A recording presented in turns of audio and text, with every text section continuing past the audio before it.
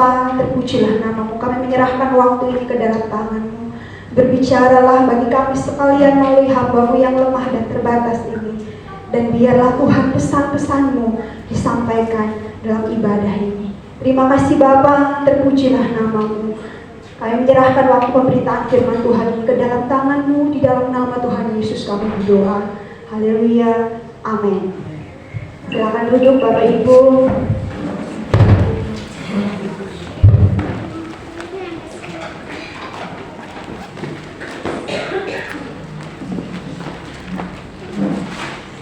Sekali lagi shalom.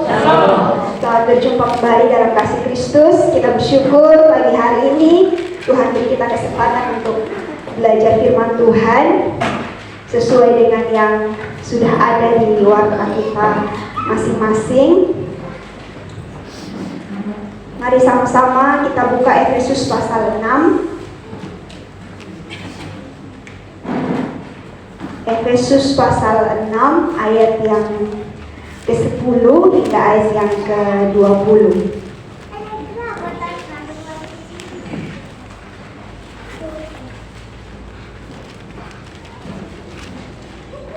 Efesus pasal 6 ayat yang ke-10 hingga ayat yang ke-20 di bawah perikop perlengkapan rohani. Saya baca ayat 10, Bapak Ibu ayat 11, kita bergantian sampai ayat 20. Akhirnya hendaklah kamu kuat di dalam Tuhan, di dalam kekuatan kuasa-Nya.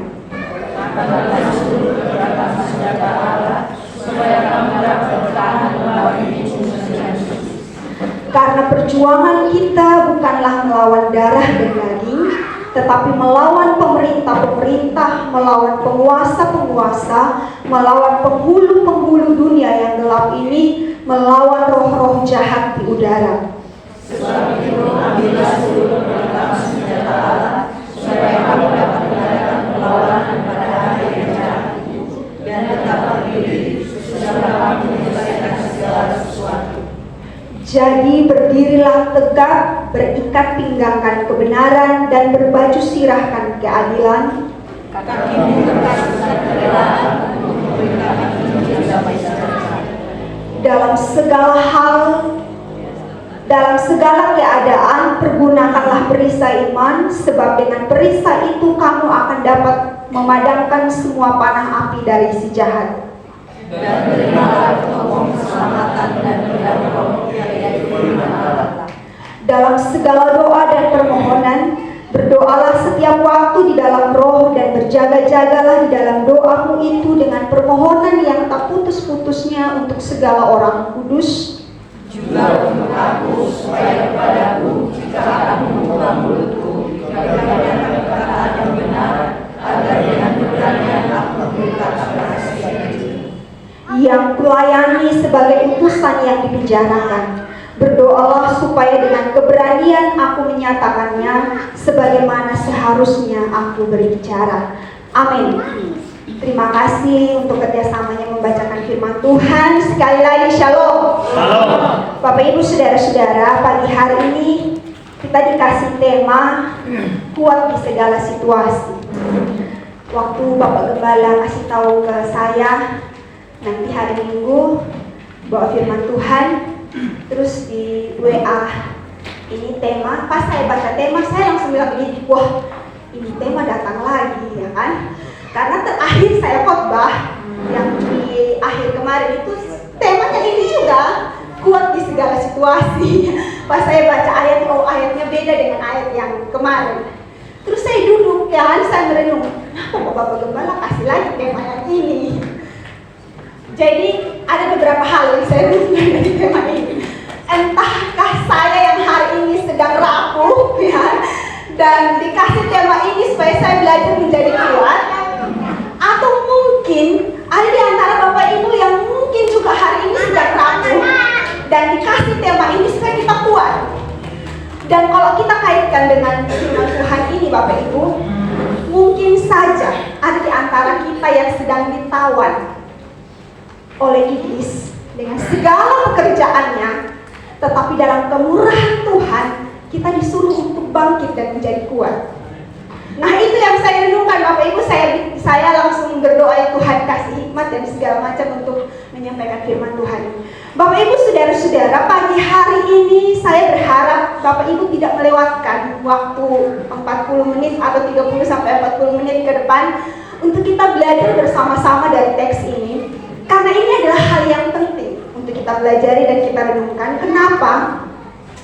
Karena ayat ini Bapak Ibu didahului dengan akhirnya hendaklah kamu kuat di dalam Tuhan, di dalam kekuatan kuasa-Nya. Dan dilanjutkan kenapa kita harus kuat? Karena perlawanan kita itu bukan melawan manusia, darah dan daging dia bilang, tapi melawan roh-roh di udara, penghulu di udara, pemerintah-pemerintah dan roh-roh jahat dia bilang. Nah karena itu Bapak Ibu saudara-saudara, pagi hari ini kita akan merenungkan kenapa Rasul Paulus kasih ini firman untuk jemaat Efesus. Jadi pada saat Rasul Paulus menuliskan teks ini, dia sementara di penjara, Bapak Ibu.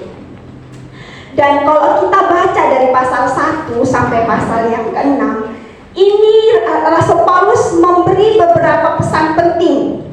Ada perihal tentang semuanya adalah kasih karunia Allah, ada perihal dipersatukan dalam Kristus, bahkan di situ ditulis kesatuan jemaat dan karunia yang berbeda-beda.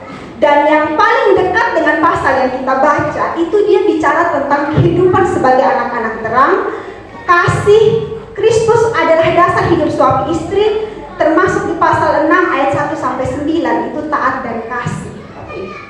Jadi ini kehidupan jemaat di Efesus, mereka memang bukan satu jenis, tapi berbagai jenis, baik itu latar belakang keluarga, latar belakang sosial dan kepercayaan. Karena memang waktu itu di Efesus itu penyembahan mereka kepada kuil, dan ini juga disampaikan Rasul Paulus kepada mereka. Sekaligus Rasul Paulus menasihatkan secara lebih fokus kepada keluarga Kristen untuk suami mengasihi istri, istri mengasihi suami. Bahkan di pasal 6 itu dia bilang, anak-anak hormati orang tua, sekaligus juga bapak-bapak jangan menyakiti anak.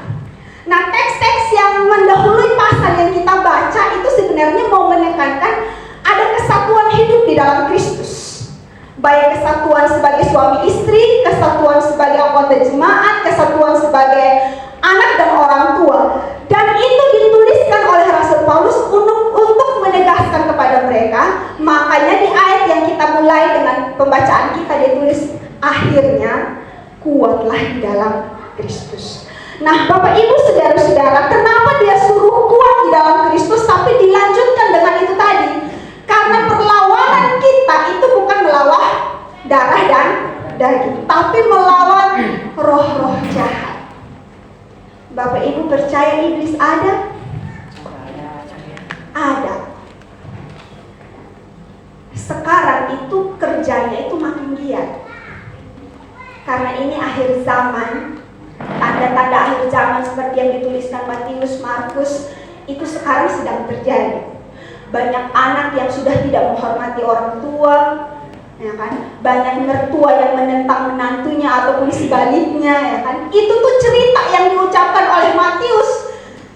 Itu tuh situasi di akhir zaman, dan iblis itu juga sedang bekerja sedemikian rupa untuk membuat kita itu tidak lagi terikat dengan Tuhan, untuk membuat kita itu tidak bisa menjadi kuat menjalani hari-hari hidup.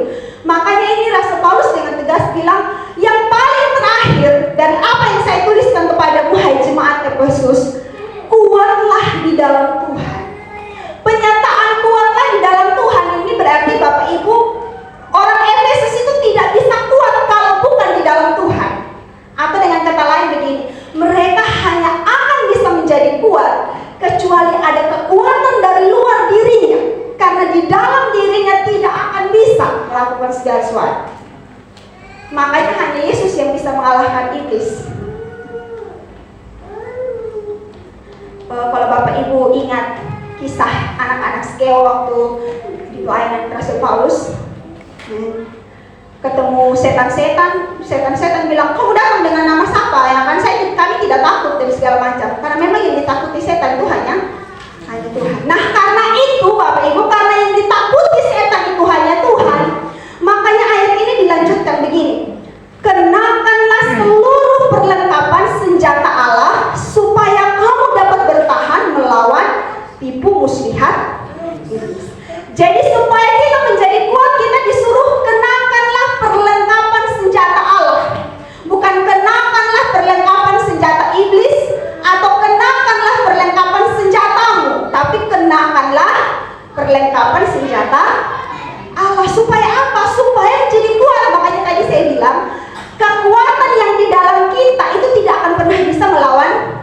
siasat iblis. Hanya kekuatan dari luar diri, yaitu kekuatan yang datangnya dari Tuhan. Nah, Bapak Ibu, mari kita akan pelan-pelan memperhatikan senjata yang seperti apa yang dipesankan firman Tuhan. Mungkin nanti setelah kita pelajari hari ini, Bapak Ibu ketemu banyak sekali referensi, beberapa pengertian tentang apa yang akan kita bahas pagi hari ini. Tapi ini yang dapat saya bagikan dari perenungan saya tentang firman Tuhan ini. Yang pertama, Bapak Ibu, dia bilang begini. Jadi berdirilah tegak, berikat pinggangkan kebenaran. Yang pertama senjata yang kita harus pakai untuk menangkal siasat iblis itu pakai ikat pinggang kebenaran. Ada yang pakai ikat pinggang kok? Bapak-bapak dong pasti, kecuali bapak-bapak yang pinggang berisi, nah kadang-kadang. Tapi saya punya suami wajib.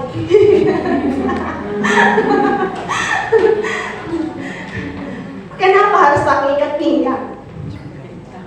Supaya kencang, supaya kalau jalan-jalan di celana sampai, ya. Berarti ikat pinggang itu lambang apa, Bapak Ibu?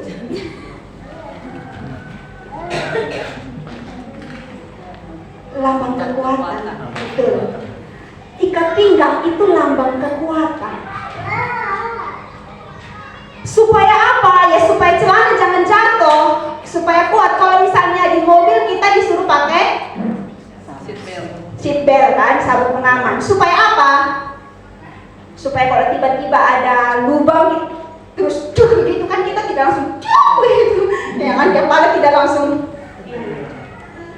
Kalau di pesawat, kita naik pesawat, pasti pramugarinya akan memperagakan cara menggunakan sabuk pengaman. Terus kalau kita sibuk sendiri, pas mereka lewat di samping kursi kita dan lihat sabuk pengaman kita belum terpakai, mereka akan bilang begini, Bu, dipakai seat beltnya ya. Kita akan begini dan segera. Supaya apa? Kalau pesawatnya agak begini-begini, kita tidak langsung cuh. Berarti kan kekuatan duduk kita tuh ada di situ. Ya. Dan di sini poin yang pertama dia bilang berikat pinggang kan kebenaran. Berarti dia suruh bagaimana supaya bisa menangkal pekerjaan iblis, siasat iblis yang mempengaruhi kita dari segala tipu muslihatnya. Harus kekuatan kita itu di dalam kebenaran. Berbanding terbalik dengan Yohanes pasal 8 ayat 44. Bapak Ibu, itu dia bilang setan itu adalah bapaknya pendusta. Berarti kalau kita lawan setan yang adalah pendusta, kita tidak bisa melawannya dengan berdusta juga. Harus melawannya dengan kebenaran. Berarti perkataan kita itu adalah perkataan yang benar. Ada satu kelompok bertengkar. Terus iblis bilang, duh gitu kayaknya sungguh kalah ya. Taruh ya kan. Karena tujuannya dia memang memporak-porandakan. Terus kita datang dengan datang kita bilang, itu satu, itu memang begitu ya kan. Kita komfort tambah dengan mulut kita yang berkata bohong. Semakin menjadi-jadilah pekerjaan iblis. Dan ini orang yang kita kasih tahu semakin sakit hati. Iblis bilang apa? Yes! Tambahan kawan ini hari yang sakit hati. 2. Waktu seperti itu, Bapak Ibu saudara-saudara, dia akan menjadi lemah. Karena orang yang sakit hati, itu pikirannya, hatinya, itu akan selalu lemah setiap hari. Bahkan Alkitab bilang, mata yang rabun, ya, itu juga pengaruh karena sakit hati. Ya, semoga yang pakai kacamata bukan karena perbuatan ini saya sakit hati. Artinya apa Bapak Ibu? Kita disuruh untuk kuat di dalam Kristus, dan kekuatan kita itu ketika kita memperkatakan kebenaran. Kita disuruh kuat di dalam Tuhan, dan kekuatan kita untuk menangkal pekerjaan setan itu adalah dengan berkata benar. Kita bukan pembohong, sama seperti dia bilang Yohanes Yohanes pasal 4, bapa segala dusta itu adalah iblis itu, Bapak Ibu. Jadi kita harus hidup dalam kebenaran. Itu yang pertama. Yang kedua, dilanjutkan bilang begini, dan berbaju sirahkan keadilan. Abang Kaleb minta tolong. Iya, Bapak Ibu, ini ada gambar mungkin agak kecil-kecil suram kok, tapi sebisa mungkin bisa dilihat. Jadi yang pertama tadi itu ikat pinggang kebenaran ini. Kenapa ini dipakai model seperti ini? Memang Rasul Paulus sedang menggambarkan seorang yang sedang berperang dengan pakaian perang. Itu perlengkapannya itu, Bapak Ibu ya. Karena peperangan, karena kan tadi ayatnya bilang peperangan kita itu melawan bukan melawan darah dan daging, tapi melawan penguasa. Jadi yang tadi kita bahas pertama, ikat pinggang kebenaran itu modelnya ya seperti itu, diikatkan pada pinggang seorang prajurit yang akan berperang, dan diikat pinggang itu Bapak Ibu terletak kekuatannya sehingga senjatanya yang digantung ke situ. Kalau misalnya kayak kita lihat abri-abri itu kan, atau polisi-polisi kan, biasa senjatanya mereka sisip di ikat pinggangnya kan, itu kekuatannya supaya jangan jatuh. Dan yang kedua itu baju sirah. Baju sirah itu memang modelnya kayak keemasan begitu kalau dalam tentara Romawi. Jadi dipakaikan kepada seorang prajurit itu, dan tujuannya itu untuk melindungi dirinya. Jadi itu bajunya bukan cuma baju biasa seperti kita ini yang sekali kasih vanity langsung bocor, tapi itu dikasih dengan kekuatan yang kuat. Dan firman Tuhan bilang untuk melawan siasat iblis itu pakai baju sirah keadilan. Saya renungkan Bapak Ibu, dan saya coba memberi Bapak Ibu contoh yang sederhana untuk memahami apa yang dimaksudkan dari bagian ini yang saya renungkan. Berbaju sirahkan keadilan itu berarti kita memberi perlindungan pada diri kita untuk tidak diotak-atik iblis dengan berlaku adil. Saya ingat satu kisah. Seorang ibu, dia punya anak laki-laki. Ini saya bukan cuma menceritakan apa kata orang, tapi saya beberapa kali menyaksikan. Karena pada saat itu terjadi, saya ada di situ dan saya tidur di rumah itu. Dia punya anak ini laki-laki ini melawannya minta ampun. Pergi sore pulang hampir siang, atau pergi pagi pulang hampir siang. Dan kalau hampir siang pulang, mama tua tuh punya siapkan rotan untuk pukul dia punya anak. Dan setiap kali dia pukul tuh dia selalu bilang begini, jangan nama Yesus, anak Tuhan melawan, saya pukul kau dalam nama Yesus, jangan nama Yesus. Roh-roh yang ada pada anak ini, pokoknya nanti dia pukul dia punya anak tuh sambil dalam nama Yesus, roh-roh setan yang mempengaruhi dia anak nakal dengan saya, dia tidak mau dengar saya tolak dalam nama Yesus, tapi sampai ranting kayu asam tuh habis di dalam tangan. Terus apakah anak ini berubah? Soalnya semakin hari ini anak ini semakin menjadi-jadi. Tapi setiap pagi, hampir siang, setiap kali dia pulang, mama selalu pukul dia. Kadang pakai ikat pinggang sampai ikat pinggang pembesi yang untuk sambung di ujung tuh terlepas semua. Anak sempat bertobat. Tapi tengking terus dalam nama Yesus supaya ini roh ini keluar. Saya renungkan begini Bapak Ibu, kenapa ini anak ini didoakan di doa syafaat itu, ini anakku nama tidak pernah itu seperti di doa ibuku namaku disebut. Jadi ini anakku nama di setiap untuk doa, dan di kami pun doa tuh sampai pernah berhenti. Tapi ini anak semakin menjadi-jadi. Terus saya lihat kenapa sebenarnya ini anak. Suatu hari saya ajak dia bercerita. Kenapa? Ternyata dia sakit hati karena mamanya itu berlaku tidak adil. Dia punya saudara perempuan dan punya juga adik laki-laki. Jadi semua perhatian dan keuangan mamanya ini ke adiknya laki-laki dan ke saudara perempuannya. Sedangkan dia itu kadang dia pergi ke sekolah makan atau tidak pun mamanya tidak pusing. Jadi dia merasa sakit hati karena ketidakadilan ibunya. Jadi dari ini saya merenungkan begini Bapak Ibu. Setan itu jangan thanking dia. Kita kan begitu tuh, darah Yesus. Ya kan? Kalau sebegitu tuh orang dong semua ayam anak dong cuma menetas. Ya. Berdoa darah Yesus berkuasa atas ini orang. Ya. Dia sudah berubah. Kenapa? Karena ternyata sebenarnya ada yang tidak beres dari hidup kita yang dipakai iblis untuk menjadikan sebuah kejahatan. Makanya dia bilang roh-roh itu roh-roh yang jahat. Karena ternyata ada sifat ketidakadilan itu yang dipakai oleh setan untuk memporak-porandakan. Kenapa saya yakin untuk merenungkan bagian yang ini? Didahului dengan pasal 5 dan pasal 6 ayat yang pertama sampai ayat 9. Itu dia bilang apa? Hai anak-anak, taati orang tuamu dalam Tuhan. Hormati ayah dan ibumu. Bahkan dia bilang bapak-bapak jangan bangkitkan amarah dalam hati anak-anak. Kenapa? Karena ternyata hubungan kekeluargaan, hubungan dalam satu komunitas yang tidak adil itu kadang-kadang membuat iblis memakai kesempatan itu untuk menghancurkan. Sehingga yang kita tergeng iblis itu sebenarnya salah. Yang harus berubah itu kita. Orang tua berlaku adil untuk 10 anak. Ya kan? Kan yang suruh punya anak 10 kan kesepakatan bersama toh.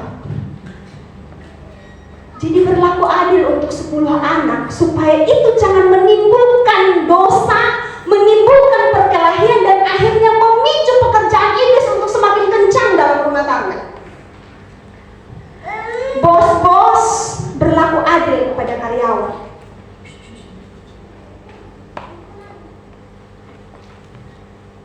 Kenapa saya bilang begini Bapak Ibu? Saya juga orang yang bekerja dalam sebuah lembaga yang anggotanya jenisnya berbagai macam. Ya kan? Kadang-kadang ada karyawan yang masuknya 1 minggu 1 kali atau 1 minggu 4 kali.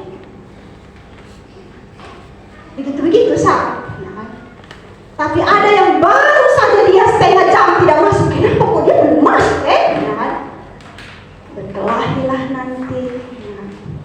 Ada pemimpin-pemimpin juga yang berlaku demikian kepada karyawannya, sehingga itu bisa dipakai iblis untuk menghancurkan.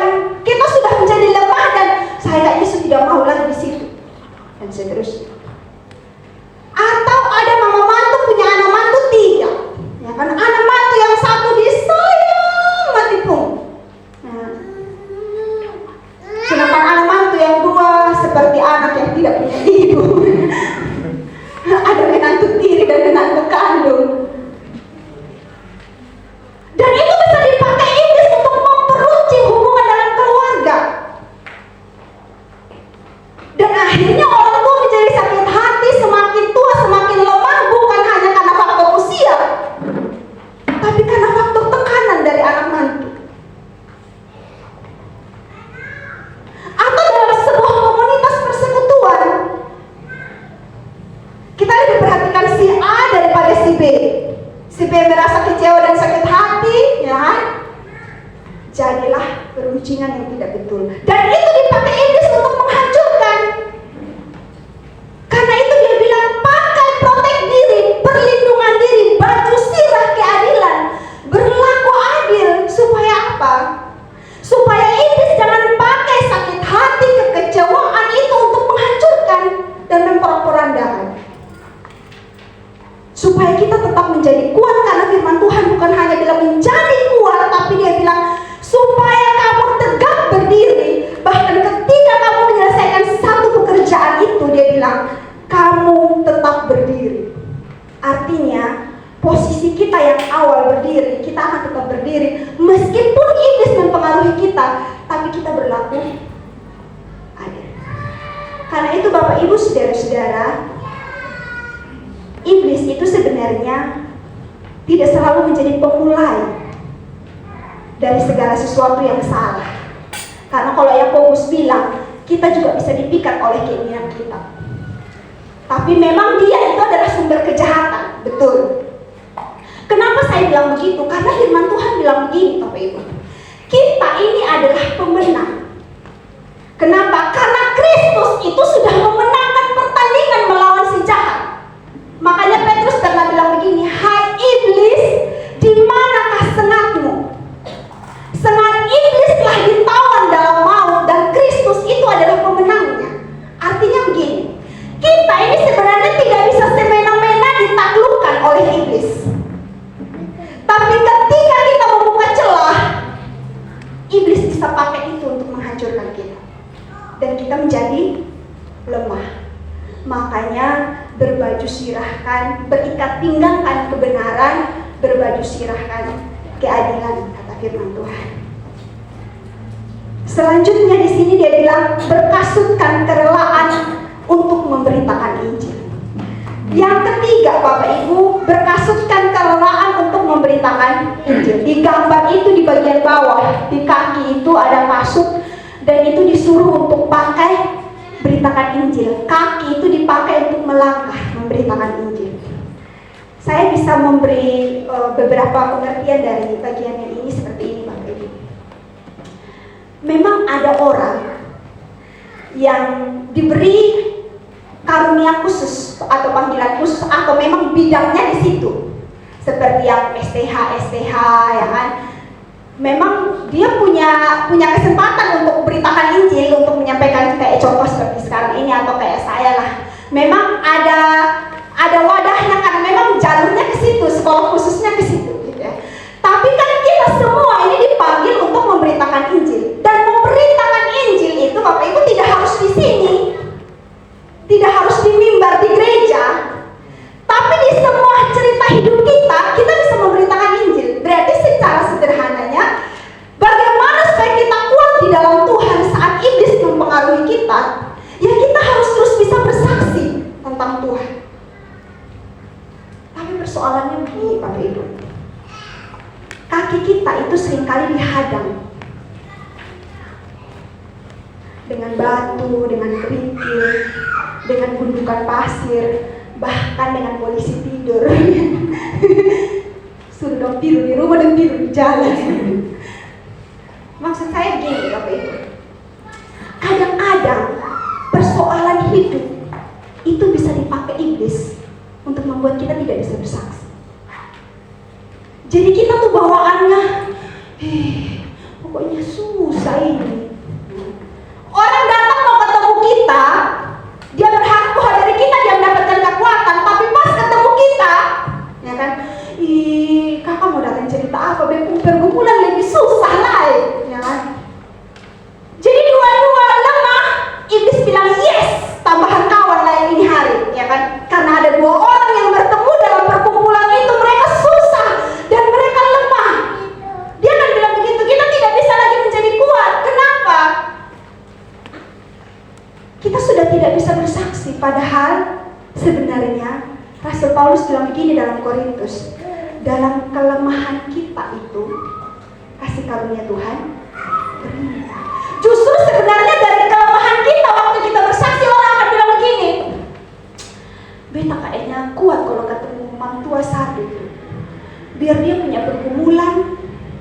Tapi setiap kali ketemu dia selalu bilang kuat, Yesus menyertaimu, Yesus menyertaimu. Padahal dia sendiri ada susah. Berarti kan kita juga sendiri dikuat. Saya punya persoalan tidak sebesar dia. Kalau dia bisa menjadi kuat dan disertai Tuhan, berarti saya juga. Kita akan bilang begitu Bapak Ibu. Dan kesempatan itu tidak akan dipakai iblis untuk melemahkan kita. Jadi kita akan berkata saya kuat, bukan karena di dalam diri saya, tetapi karena ada kekuatan dari luar diri yang menguatkan.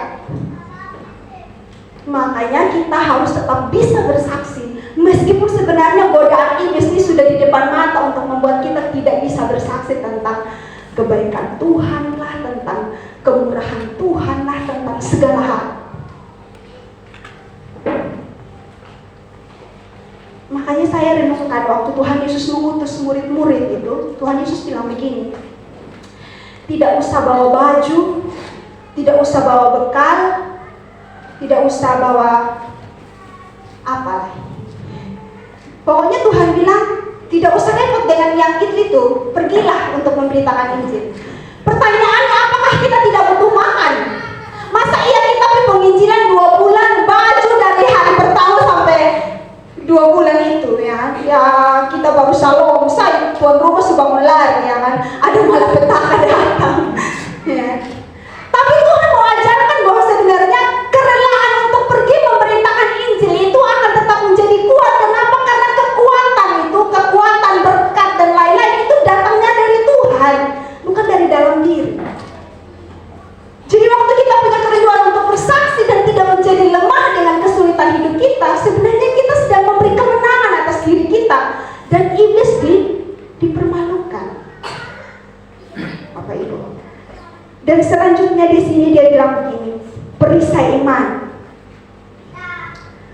Kenapa dia kasih perisai? Perisai itu yang warna biru itu, abu-abu biru. Itu biasanya dipegang di tangan kiri, karena di tangan kanan itu pedang, di tangan kiri itu perisai. Jadi kalau misalnya panah dari depan, tangan kiri itu yang dipakai untuk, ya model kayak tameng begitu ya, dipakai untuk menangkis. Bapak Ibu, saya renungkan ini luar biasa. Kita disuruh pakai perisai, tapi perisainya itu iman. Orang yang beriman itu kuat kalau dipengaruhi iblis. Tapi kalau orang yang tidak beriman pasti akan goyah. Dan iman itu selalu berlawanan dengan keraguan. Saya kasih contoh paling sederhana yang mungkin Bapak Ibu sudah sering. Kasus Hawa. Hawa kan dengar firman Tuhan begini, Hawa dan Adam, semua pohon dalam taman ini boleh kamu makan buahnya, tapi satu yang tidak boleh, yaitu buah pengetahuan hal yang baik dan hal yang jahat.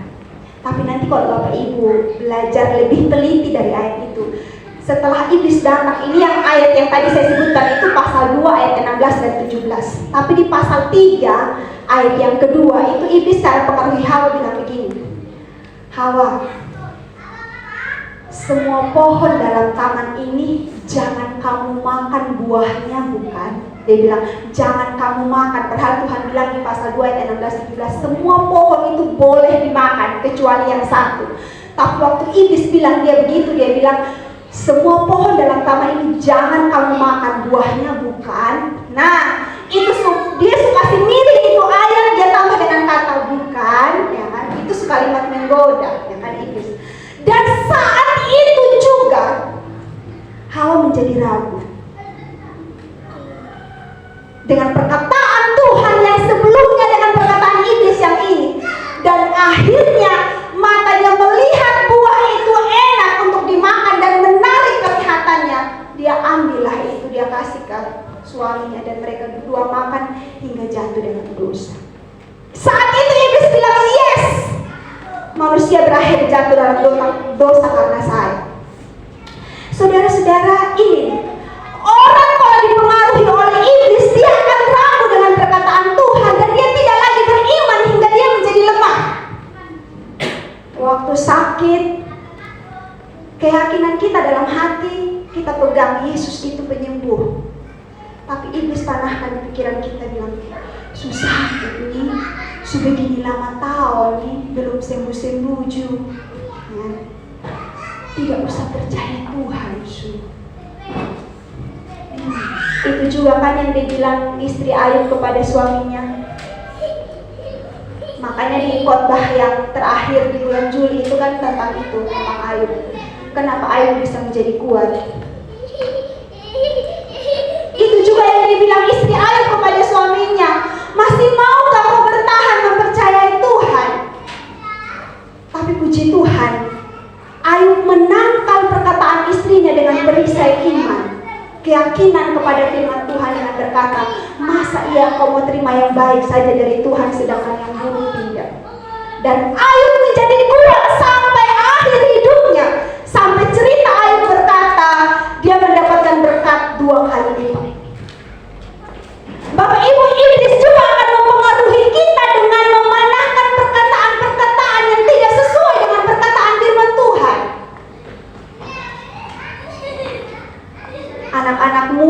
dia dipanahkan pikiran. Sudah, tunggu, dia itu terlalu lama. Betul, dia memang anak Tuhan, ya kan? Tapi ini ada di depan mata ini, ya kan? Betul, dia itu perokok, peminum, tapi soal uang dia tuh kincang, ya kan? Nanti lu hidup di rumah tangga tidak akan susah. Hajar sudah, dia bilang. Kita juga pikir-pikir, ya kan? Betul, ini hidup sekarang ini makin susah. Beras baru sempat turun di awal Agustus. Baru ini tukang jual beras yang biasa kami pesan beras, saya bilang, Kak, bisa antar beras 1 karung. Dia bilang, aduh kakak, beras sudah naik. Dia bilang, berapa? 750 per karung. Aduh Yesus. Baru kami diskusi, dia bilang, kakak, saya ambil dikirim, kasih saya harga beras di Kupang. Kakak, di Kupang seharga sebegini, nah di Soem harga berapa? Saya hanya balas dia, tenang, badai pasti berlalu. Saudara-saudara, iblis itu bisa mempengaruhi kita dengan begitu. Kita bilang, oh iya, buat apa juga saya dapat suami yang lemah lembut dan sopan kalau dia tidak berduit, ya kan? Hajar, ya kan? Habis itu baru kita dan segala macam.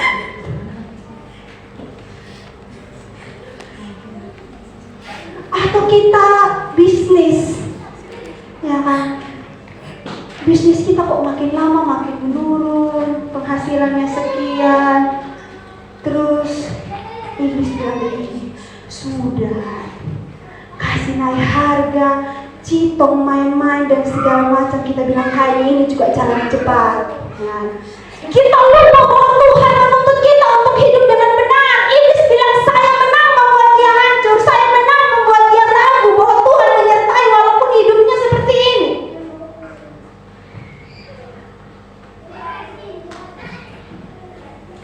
Anak-anak muda yang kuliah sama, tidak sedikit anak-anak muda, mahasiswi-mahasiswi yang jual harga dirinya hanya untuk mendapatkan nasi, yang jual harga dirinya hanya untuk mendapatkan pulsa data, dan iblis beria-ria di situ. Tidak bisa kuat bertahan di tengah godaan iblis yang bilang, masa lu mahasiswa semester sekian baju model begitu, masa lu mahasiswa semester sekian pulsa data sosone ada, sedangkan ada nyong yang tawarkan jadi bebek pacar pulsa data non-stop. Nah, kita akhirnya lebih dengar, kita tidak bisa tangkis siasat iblis itu dengan perisai iman, dengan keyakinan bahwa Tuhan pasti menyertai meskipun di masa sulit.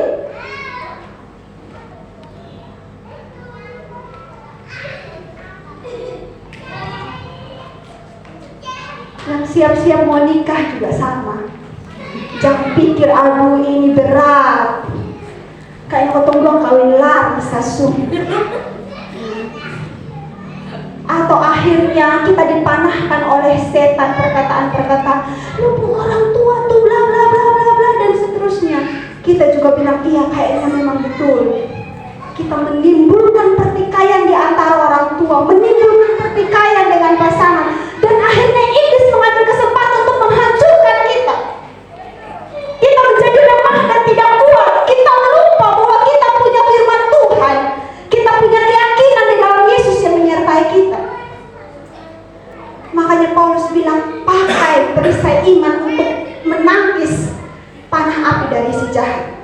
Bahkan dia bilang di sini, Bapak Ibu, pergunakanlah perisai iman, sebab dengan perisai itu kamu akan dapat memadamkan semua panah api dari si jahat.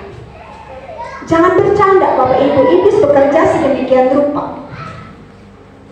Jadi kita kecolongan, kita lemah dan apa, iblis bisa pakai itu untuk menghancurkan kita. Karena itu pakai perisai iman dan tetap kuat di dalam kekuatan Kristus. Dan selanjutnya dia bilang, ketopong keselamatan. Ketopong itu yang bagian atas, Bapak Ibu, topi baja, topi besi. Kenapa? Itu untuk melindungi kepala, supaya kalau nanti datang pedang, tidak kena kepala, kepala terlindungi. Waktu saya baca ini saya ragukan, kayaknya waktu itu gue lihat mungkin pakai topongnya tidak bagus mungkin ya. Jadi bukan daun kebesaran atau kekecilan atau lubangnya terlalu besar, jadi pas daun hanya pakai batu saya kena satu kali langsung jidat, mati memang di tempatnya. Dan itu berbahaya memang. Iya. Berbahaya ternyata memang. Kenapa ketopongnya itu harus dipakai dengan betul? Karena kalau kena kepala ya kan sekali, kalau kena sini ya kan, kena pinggang, kena kaki mungkin masih bisa pegang, kalau kena kepala langsung habis masa. Tapi di sini firman Tuhan bilang apa? Pakai ketopong keselamatan. Saudara-saudara yang terkasih dalam nama Tuhan, lindungi pikiran, lindungi kepala, lindungi isi otak. Karena pikiran kita itu juga bisa dipakai iblis untuk menghancurkan kita. Lihat orang senang, kita mulai pikir, kayaknya itu dia itu ya.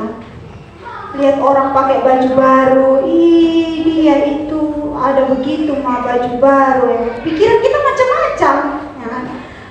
Atau kita lihat orang yang sebenarnya kita tidak tahu orang itu punya pergumulan apa, punya masalah apa, kita pun pikirannya suka kemana-mana.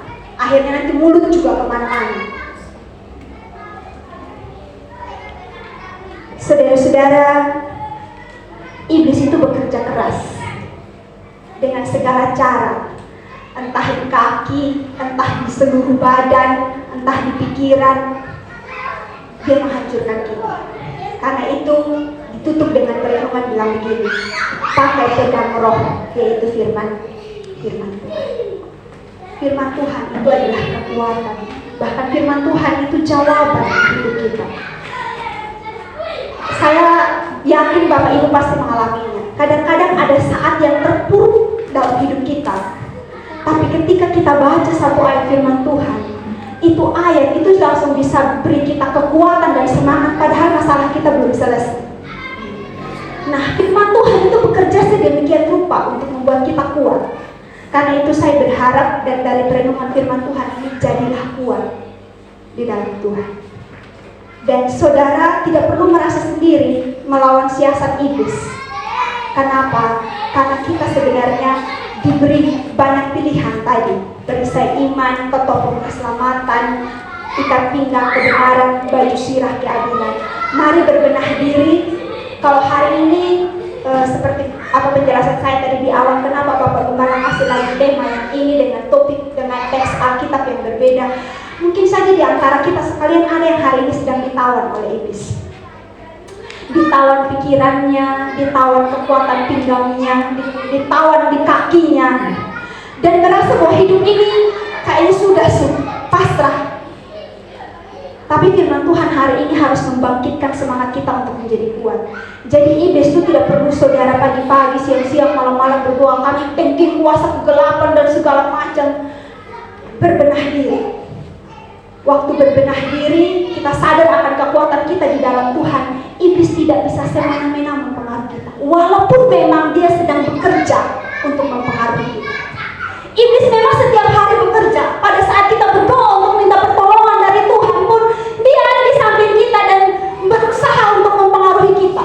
Di saat kita berjuang untuk mencari Tuhan pun, dia ada di samping kita untuk mempengaruhi kita. Tapi ketika kita tahu kita punya perisai iman, ketika kita tahu kita berikat pinggangan kebenaran dan berbaju sirahkan keadilan, kita memperbaiki hidup kita berlaku benar sesuai dengan firman Tuhan. Saya percaya dia akan lari, karena teks firman Tuhan bilang begini, tunduklah kepada Allah, lawanlah iblis, maka ia akan lari daripada. Pakai senjata yang Tuhan beri, jangan pakai kekuatan sendiri. Kalau pakai kekuatan sendiri, Bapak Ibu, kita tidak akan menang. Harus pakai senjatanya Tuhan, karena yang sudah mengalahkan iblis itu Tuhan. Berarti kita harus pakai caranya Tuhan, tidak bisa pakai cara kita. Kalau pakai cara kita, kita pasti kalah. Tapi ketika kita pakai cara Tuhan, percayalah kita akan terus tetap berdiri di dalam kekuatan yang Tuhan beri untuk kita. Mari tundukkan kepala di hadapan Tuhan.